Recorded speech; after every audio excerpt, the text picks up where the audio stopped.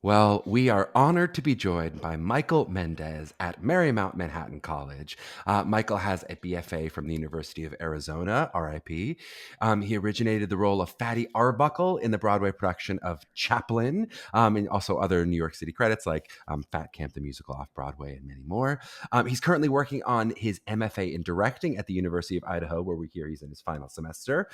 He's taught previously at places like Rider University and is currently an assistant professor of theater arts at Marymount Manhattan College, which is located in New York City. They have class sizes of about 40 to 45 students for BFAs in musical theater. They offer that BFA in MT, BFA in dance, BFA in acting. Michael, welcome to the show. How are you feeling today? I'm good. It's so good to be here, Charlie. Thanks for having me. It's one of the first times I've called the show. Normally I say welcome to the pod, but it means we've got to put on a show today now to All really right, live up I'm to that. I'm I'm ready. I'm hyped. I'm energized. I've had my coffee, so I I'm can ready to feel it. go. I'm getting that vibe. Before we dive into, I really want to ask a bunch of questions about Marymount. I just love to do. I did that really brief bio of you, but tell me a little bit of the fun shorthand version of you finding your way to this position. So it could be fun facts along the way, cool stuff that got you here, anything that led you to this path of being an assistant professor. It's really crazy. I mean, I it's something I always thought I would do, but like maybe 10 years down the line, I didn't expect I'd be doing this right now in my career or my life. Hmm. I grew up doing training programs basically my whole entire life. I went to the Orange County High School of the Arts, so I studied with like Matthew Morrison was one of my teachers. Susan Egan was in charge of the program while I was there. So I was always inspired by learning from professionals and people who were in the industry Hmm. as a student. And after 13 years of acting in New York City, an opportunity kind of presented itself to teach one class at the New York Conservatory for Dramatic Arts. I jumped on it, and then I fell in love with it. And as an actor, after 13 years, there was times where I was like, "Do I still want to do this? Is it wearing me down?" And that really just energized me again. And I Hmm. realized that like I could provide so much for students in college. And I applied for writer during the pandemic because I started teaching right before the pandemic happened. Applied for writer to teach class there, got that job, and then I found this Marymount job on a Facebook ad, Get out. and it was 2 weeks past the deadline. I saw it, this full time position. I was like, you know what, like, why not? Like, I'm just gonna put myself out there, see what happens. I wrote, I'm like, I'm sorry, I'm really late. I'd love an interview. Probably not going to happen. Went through the whole process. The whole time I was like, you know what, this is going to be great experience down the line if I want to interview because as actors, I think it's the first time I've had a real job interview before. I'm used to just Uh-huh. like singing my song, doing my monologue, getting out of there.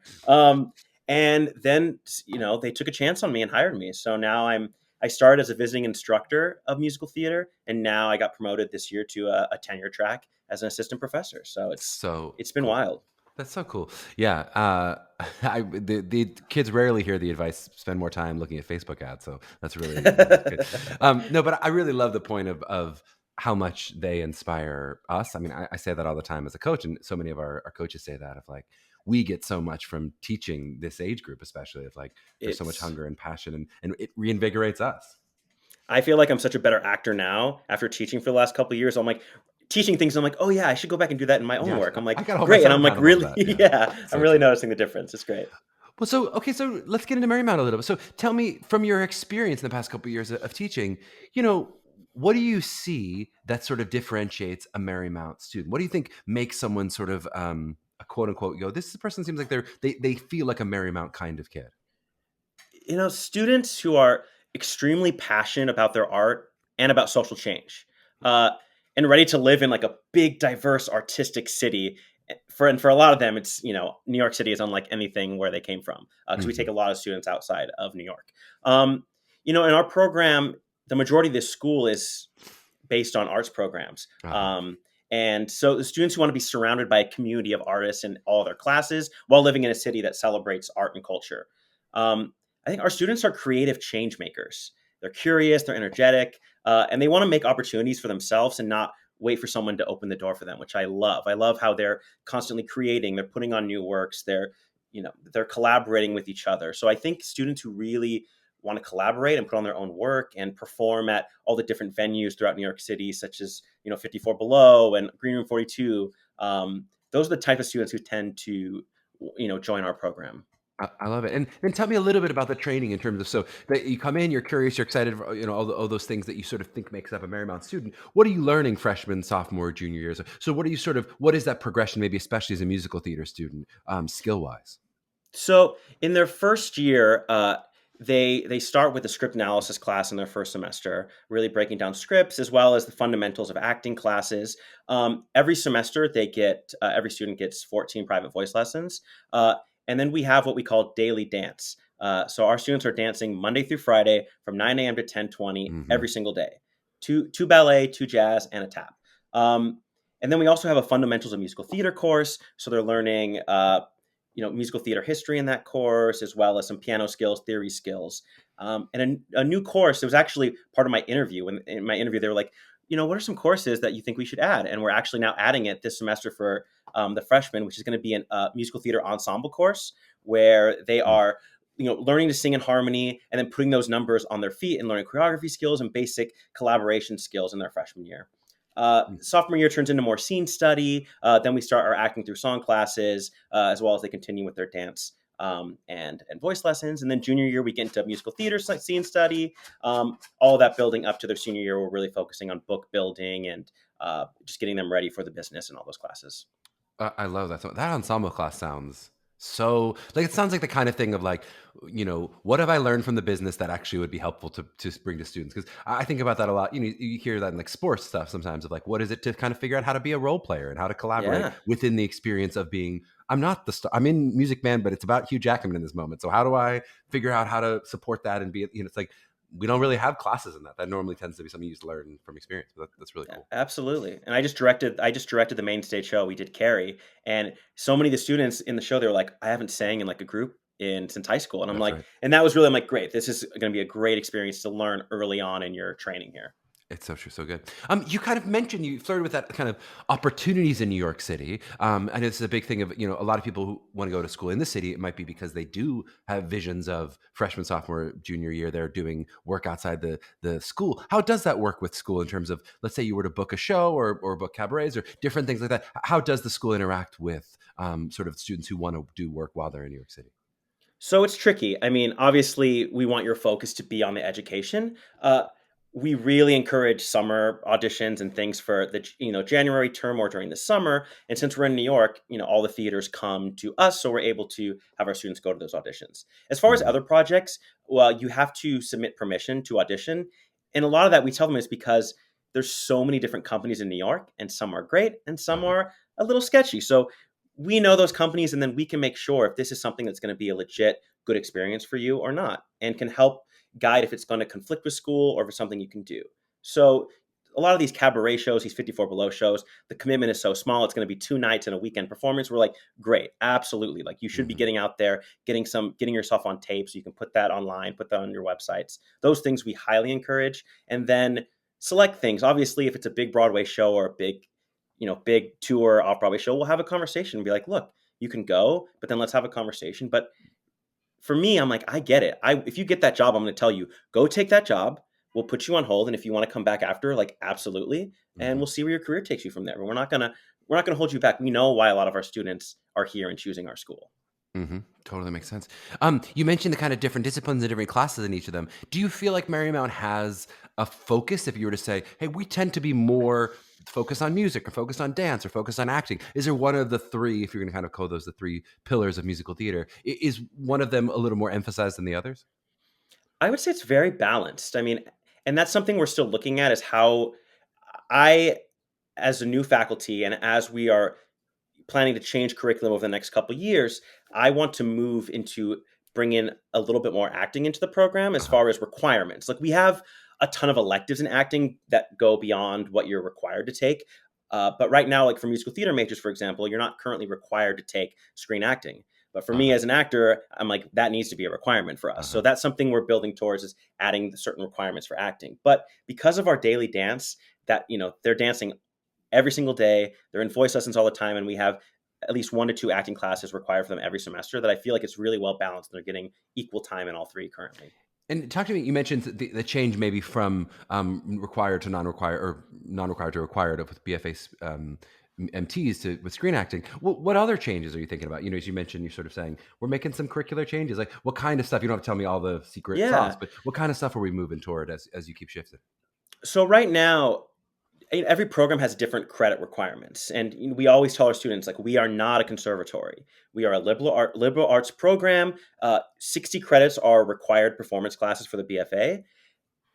Currently, we have 45 credits required in Gen Ed, but that's changing as of next year to 30, which is going to open up a lot of opportunities to then have 30 credits full of electives. We are a school that highly encourages all of our students to minor or double major.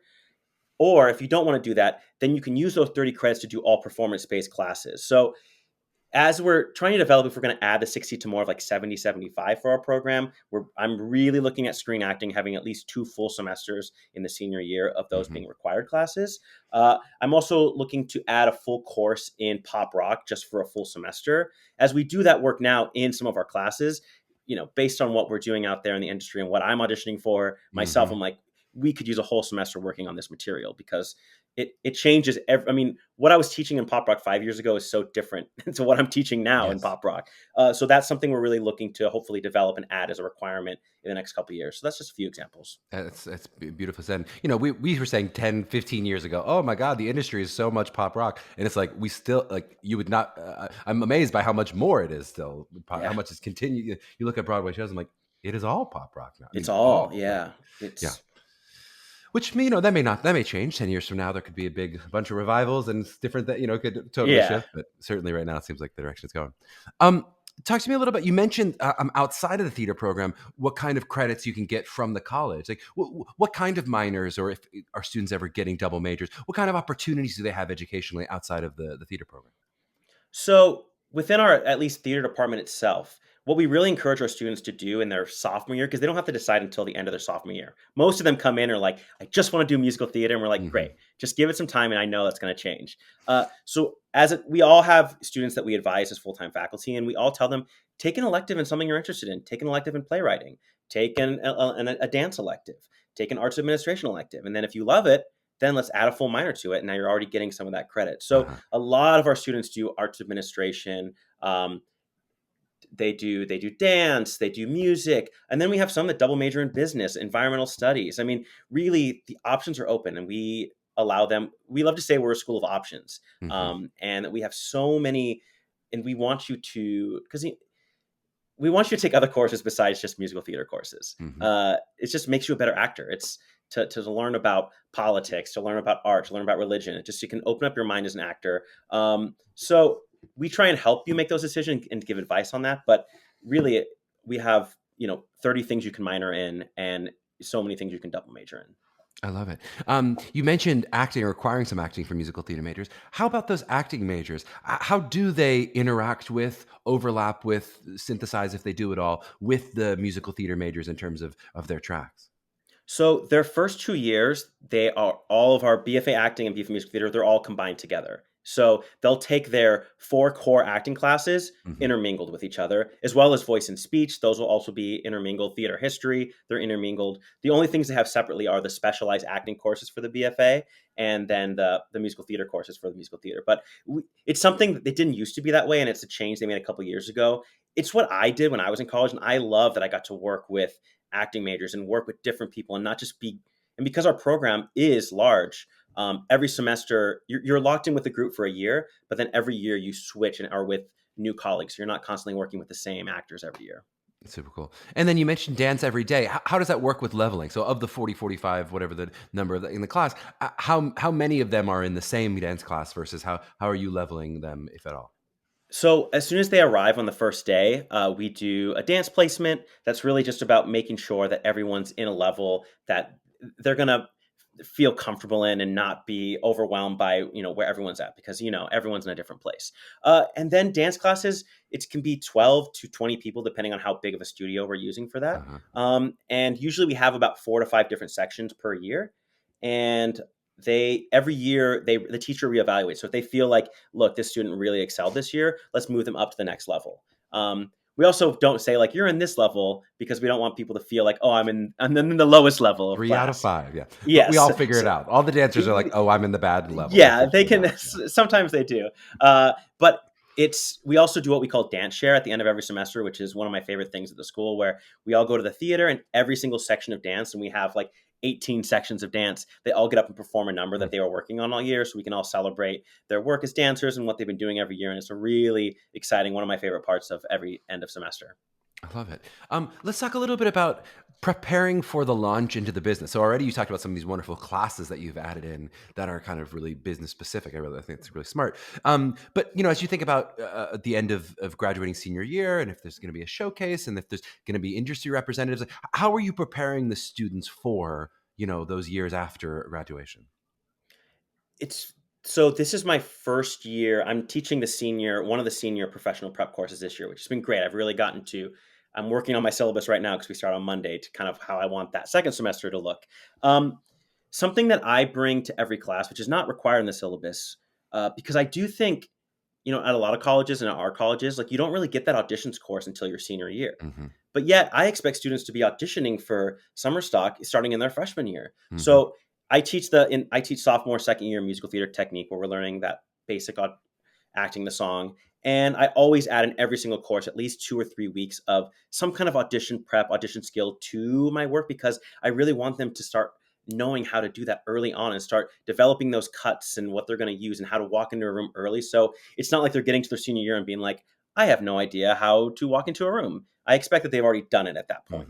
Mm-hmm. So I find it's been extremely helpful because I'm still auditioning myself. I just finished a 3-day callback situation going through, which I can't wait to share with my students when I get back to class on Monday.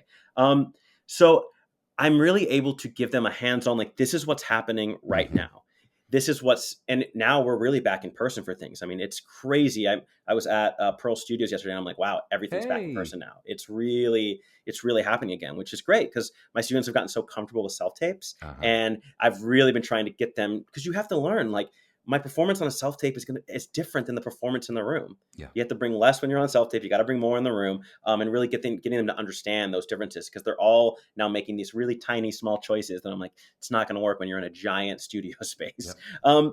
So I feel like I'm giving them as much hands-on experience as possible. One of the great things we teach, because our school is so big, but our campus is so small, we rent space throughout the city. We say New York City is our campus. So I teach that class at Pearl Studios. So I'm able to walk my students in class. I'm like, okay, we all go together. I'm like, here's what an EPA looks like. Here's where you signed in. Here's where you're going to have to wait. These are all the spaces. So they're so comfortable when they graduate.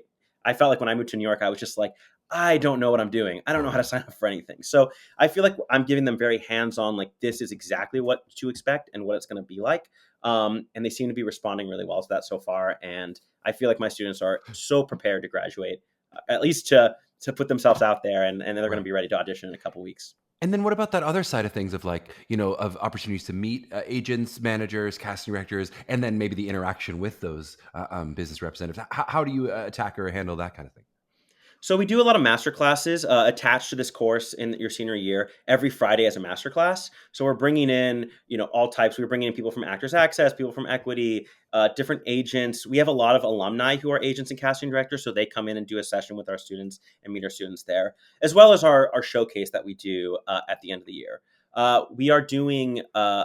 We're kind of doing both worlds this year. We are doing a digital showcase through Breakdown Services that goes out to everyone, but we're also doing an in-person showcase in the city at Open Jar Studios for casting directors and different agents. It is. I keep hearing different things. Some people are like, everyone wants digital now. But when I talk to casting directors, they're like, but I don't know who they are. I don't get to really see them. So I think by doing it this way, we're really, hitting everyone, and people who want to come to live will not. If they don't, they can watch our self-tape version. I love it. You mentioned that students come to your school from all over the country and maybe even all over the world. Do you have a sense of, like, percentage-wise, how many of the students are from, let's say, the New York area versus all of the country and outside? And then I'd also love to hear, like, percentage-wise, how many do you feel like end up staying in New York versus going to LA or going regionally, et cetera? What percentage is sort of coming in, and then where do they end up? I guess I don't know an exact percentage. I would say about maybe like 25% come from, like, the tri-state area or from New Jersey or from Connecticut, like just right around the area. And I'd say the other 75% come from all over the country. Yep. I haven't been at the school very long to really get a gauge of alumni, but it seems like, we had a ton of alumni come and see Carrie. It seems like a good majority, I would say 50 to 60%, stay around after because they just Graduate and fall in stay love in New with the York. city Yeah, and they just stay in New York from there. totally. What about, and you of course only share how much you know of this, but what about cost? If someone's looking at, especially the parent listeners are thinking about how we're going to pay for all this often. Do we Absolutely. have a sense of what kind of the cost is in terms of the large ticket price, but then also in terms of scholarships and any of how that works?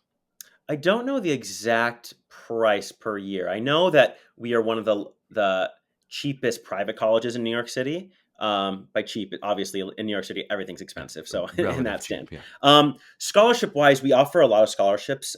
We offer talent scholarships as well as academic scholarships, and you can combine those, and they're guaranteed for all 4 years. Once you get those, so as long as you meet the GPA requirements, whatever money you get offered in that first year, you get for all 4 years. But I'm not sure the exact numbers on the No, that's yearly totally helpful. And cost. of course, everyone can Google what the sticker price is. It's just, I Yes. think so often the parents can get confused about like, wait, so what do I expect to pay? If I see that big number, it's Yeah. like, what should I actually expect? And some of that they can do academically with the net price calculator. We've talked about that, but the talent stuff, it's all confusing certainly from that Yeah. viewpoint. Absolutely.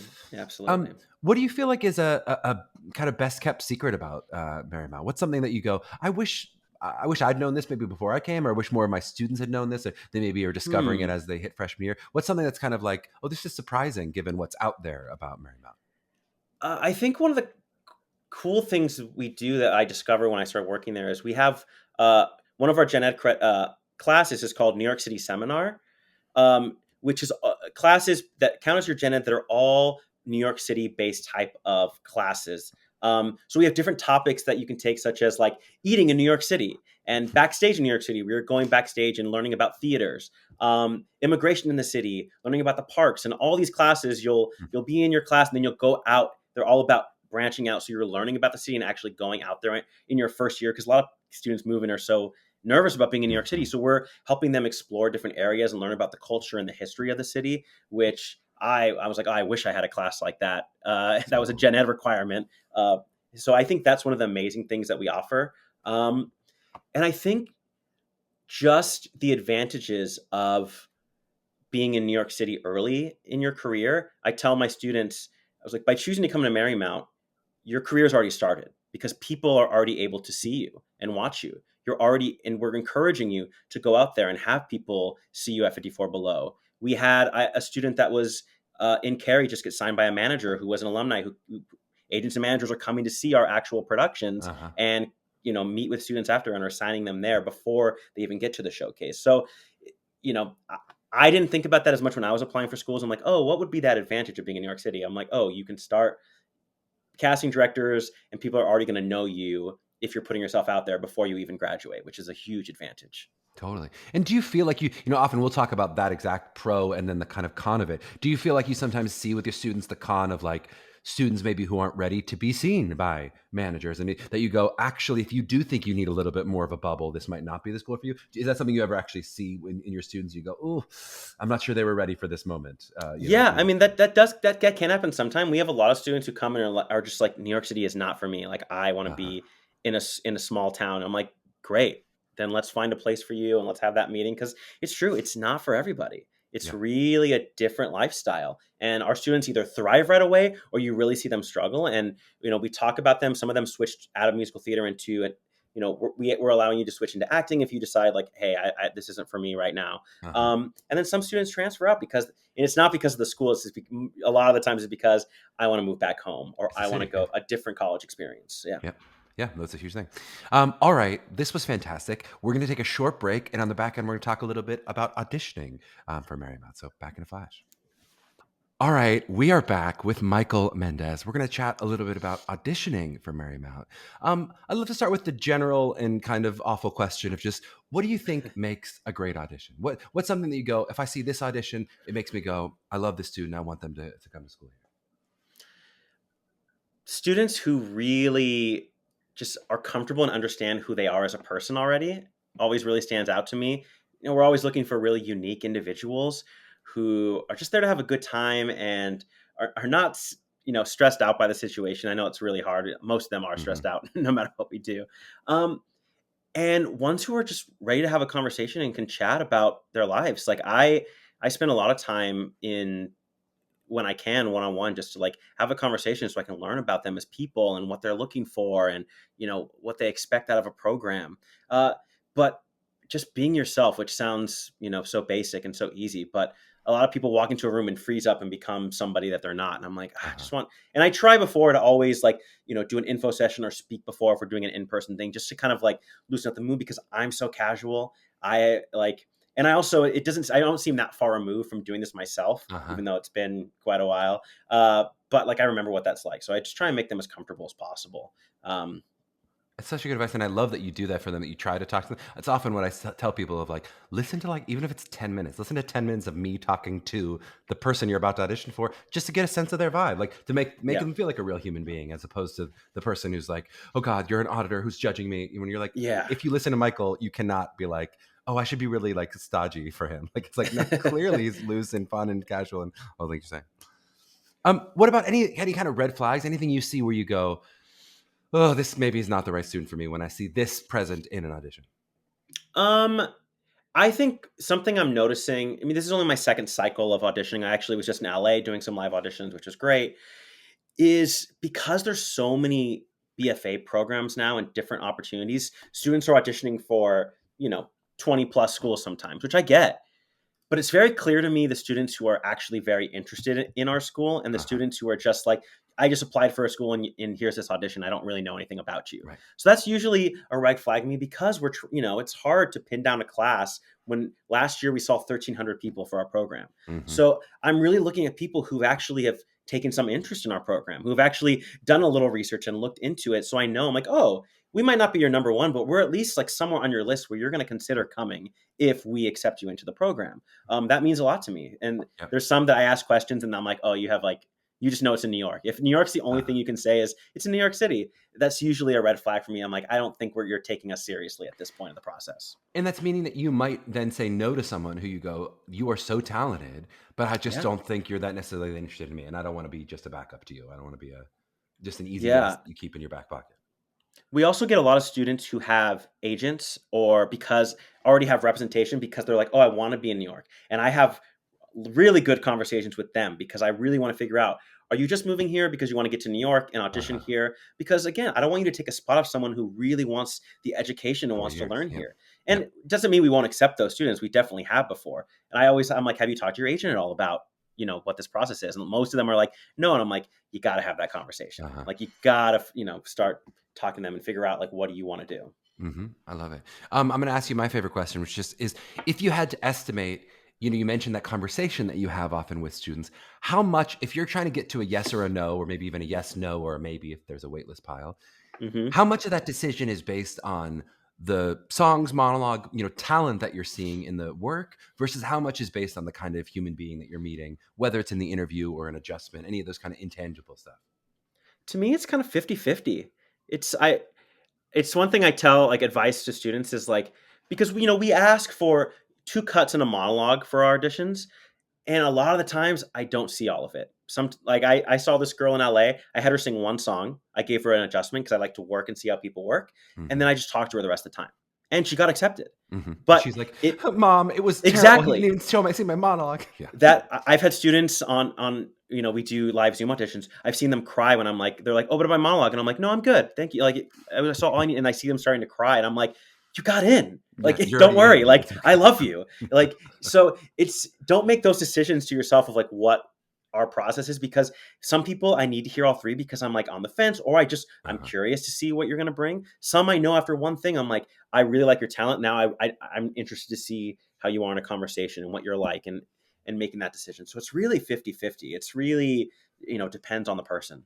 Well, and you mentioned some of those pearl differences between in-person and self-tape. How do you feel like now, having, it seems like in the past 2 years, navigated some of the Zoom platform and some of the in-person platform, how do you feel like the audition is different, if at all, or how are you judging differently on those It's platforms? It's challenging. So right now we do 3 different modes, which is a lot. So we do the live in person where, I went to LA and now we're starting all of our live New York ones on the weekends. We also do through Accepted, we do live Zoom auditions Hmm. where they're doing it. And then we just do a self tape alone. So for the self tape alone, it's really important that you give a wild card video that's specific about why you want to come to the school and telling us about you, or else I have no sense of who you are at all. Mm-hmm. So the people who don't succeed through the self tapes are the ones who just are like sending the general one they've used for every school, Uh-huh. or just don't really try and talk to us at all, because I really want to hear from you. Mm-hmm. Um, so if you're gonna do self tape, I highly recommend something personal. And for the live and Zoom, I mean, they're really similar. It's obviously easier in live in person because it's just you don't have to deal with technology. But like Mm-hmm. I find on Zoom, I get a sense of your voice, and then I usually want to see a monologue so I can see how you are as an actor, and then I usually want to spend time talking to you. Um, you just learn so much more that way. So I don't think there's an advantage either way. It's just really to make sure that you understand that conversation is a really valuable piece to your audition. And Mm-hmm. if we spend more time doing that, that's probably a good thing. I love it. And then, okay, so imagining that you and or any faculty that's looking at them from the theater department are a yes. You go, I really like this person artistically, the talent wise. I love their conversation. Everything about them's a yes. What then needs to happen for the school in terms of sending it off with the academics, whether it's grades, SATs, essays? Hmm. How does the theater department interact with any of those things, like essays or letters of recommendation, and or how does the academic department then look at those things and give you a final yes or no? So you have to have applied for the college and get accepted usually before you can even audition. So once you're auditioning at that point, usually as long as all your application stuff is complete and you've gotten an answer from the school, it's just a yes. So It's a when we're yes. You auditioning, can give a final yeah, yes now. Yeah. yeah, I just give final yeses. Hmm. I also tell students, I was talking to my group in LA. I said, if you get waitlisted, it is not a bad thing. I Hmm. said, you have to remember this was our second in-person audition of the season. I'm like, we have these all the way through the beginning of Hmm. March, and we're accepting a class of 50, and we have to be careful, and we take a certain amount from each one, and I take so many notes as far as our waitlist, as far as like, how do I want to place them as we're going back to our list, so it's easy to figure out who are Hmm. people we loved, and we just were like still like just want to make sure we're giving everyone a chance first. Yep. So a lot of people on our wait list end up getting offers by the end. But I know when you get that initial wait list, sometimes you're like, oh great, like they didn't like me. And I'm like, no, we're just being careful because we don't want to overload and have too many people in our class. Totally. Yeah. Do you have a sense of how many, what percentage of the wait list or how many people off that wait list in terms, I think that's something that students often think like, oh, maybe it's a couple people. And we're like, no, in general, it can be a big churn. I mean, Yeah. each student can only take up one spot. Do you have a sense of for you guys, like in previous years, what percentage of the wait list or how many students off the wait list come off? I think it changes every year. I think last year we ended up with a class of 55, which is our goal is between 50 and 60. We don't want to Hmm. go over that. And it's so tricky. I think we give out like 100 of the 1,300. We gave out 100 yeses, knowing Uh-huh. that That's we'll almost, I know. see where that number goes. And I think we ended up being maybe 30 first choices in that, and then from there send out another 50, Right. 50 or so wait. And then we slowly release them because we just want to make sure that Right. it's Because coming. some will But say we no knew from the wait list and then you have to go to another wait list. exactly. Yeah. And Yep. it's I think now because there's so many options, so many programs, it's just so hard to get a real sense of like, where people, because some people don't find out until, May. I auditioned in LA on Sunday. Our students found out they were in on Thursday. Our Uh-huh. turnaround is It's we're quick. quick. Right. Because I have the final say. I'm like, yes, let's turn it in. We're gonna get that in the portal and they'll find Uh-huh. out immediately. Because we don't want you to have to sit around for weeks and weeks wondering. We want you to Yep. know if we want you right away. Yeah, but I mean, and it's definitely confusing. Also, as more and more schools are being conscious of their yield and accepting fewer off the first batch of it, there means there's more yeses off wait lists from other schools, and so people keep getting pulled in different Yeah. directions, and it is a It's a, whole it's a part of the process. puzzle. It's a puzzle. Yeah. But then I think one part academically, do you look at any of the parts of do you look at the essays? Do you look at the letters of recommendation? Do you look at their grades? Do you look at any of the academic application, or are you only viewing the I'm only viewing I look at their resume, which is also a great tool. I mean, I love when I see, students who take part like in your program or the different, prep programs. Cause a lot of the times I'm like, okay, like I know you were coached by someone great. So I want to give you adjustments just to see if I'm like, can you change? Can you do right? something on the spot? So like I really am only looking at their resumes, but yeah, we don't see anything academically. Love it. And then what about, as you're making the decision, you mentioned you don't always even look at the monologues.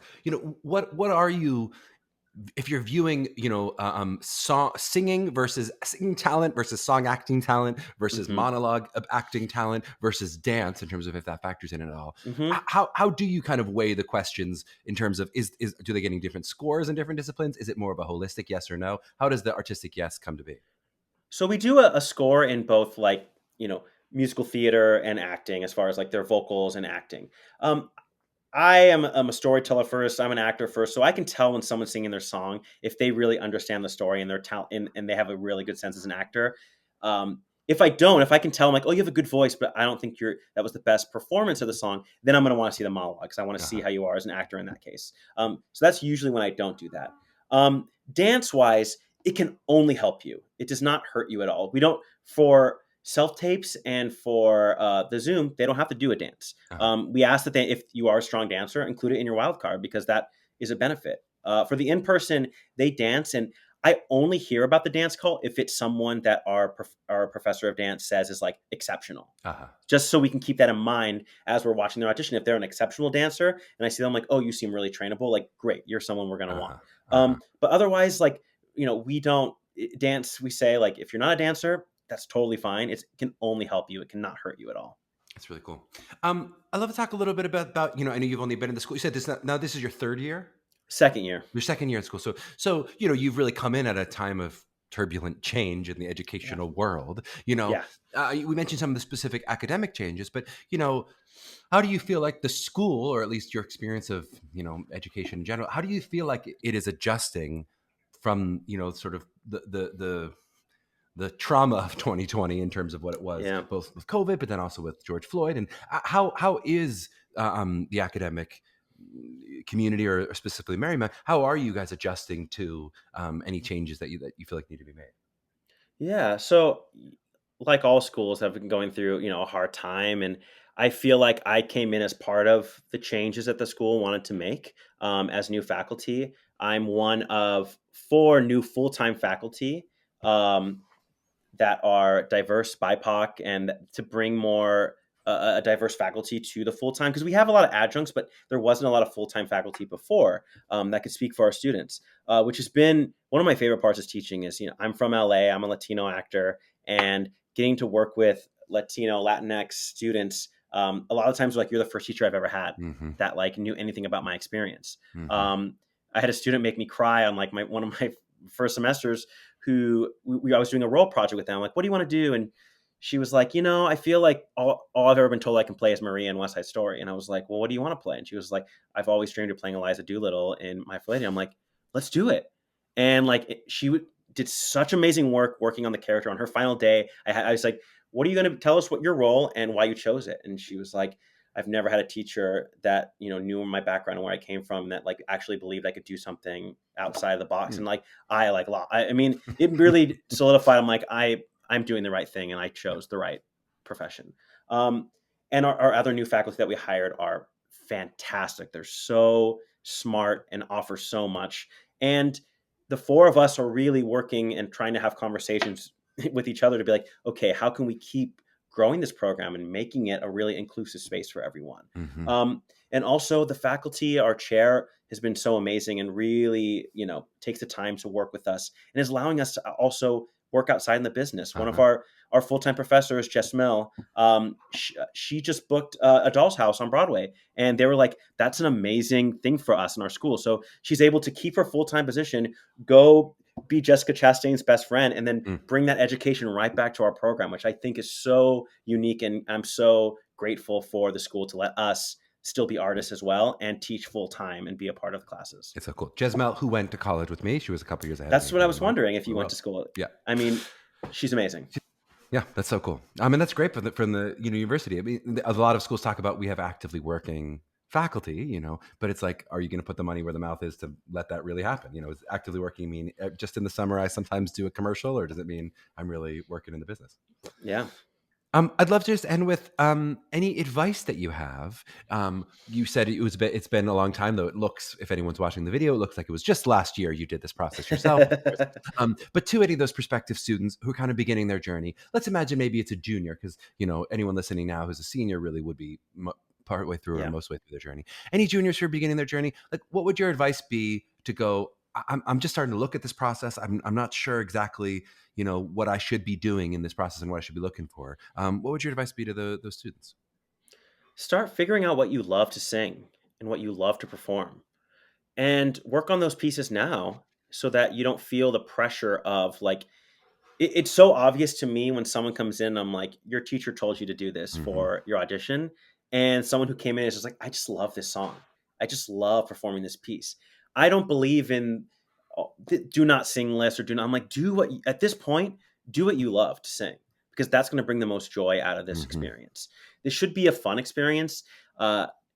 I feel like I had set these goals. Like, don't set these goals of like, this is where I have to go to school, Hmm. because you're going to get whatever you want out of a program that you end up going to. If you're going to put in the work, you're going to get so much out of it. I remember thinking when I went to Arizona at the time, it wasn't as popular of a program. And I was nervous that I'm like, oh, it's not on the top list of top 10 schools to go Hmm. to. But I went and visited the school and I fell in love with it. And I was like, this feels right to me. Mm. So don't make lists. Don't pre-plan anything. Just let the process work out and you will end up where you're meant to be. And if you put in that work, then you can make all your dreams come true and you can go and do whatever you want to do after that. Yeah, just have fun. Just On have that fun. inspirational note, we will end the podcast. Where, if people want to check out more of you, more of Marymount, where should people check out more information if they're like, I didn't get enough from this 40 minutes of podcast? Yeah, our website is mmm.edu. Hmm. You can follow us on Instagram at MMC Theater Arts, Hmm. or you can follow me on Instagram at Mendez with 4 Z's. Mendez with 4 Z's. Just Oh, figure yeah. out where they go. You'll figure it out. I love it. And then, of course, you're following us at Mapping the College Audition, too. That's just before you follow Mendez, make sure we Yes. get your follow too. Michael, this was such a joy. Thanks for the time today. Absolutely. It was a pleasure.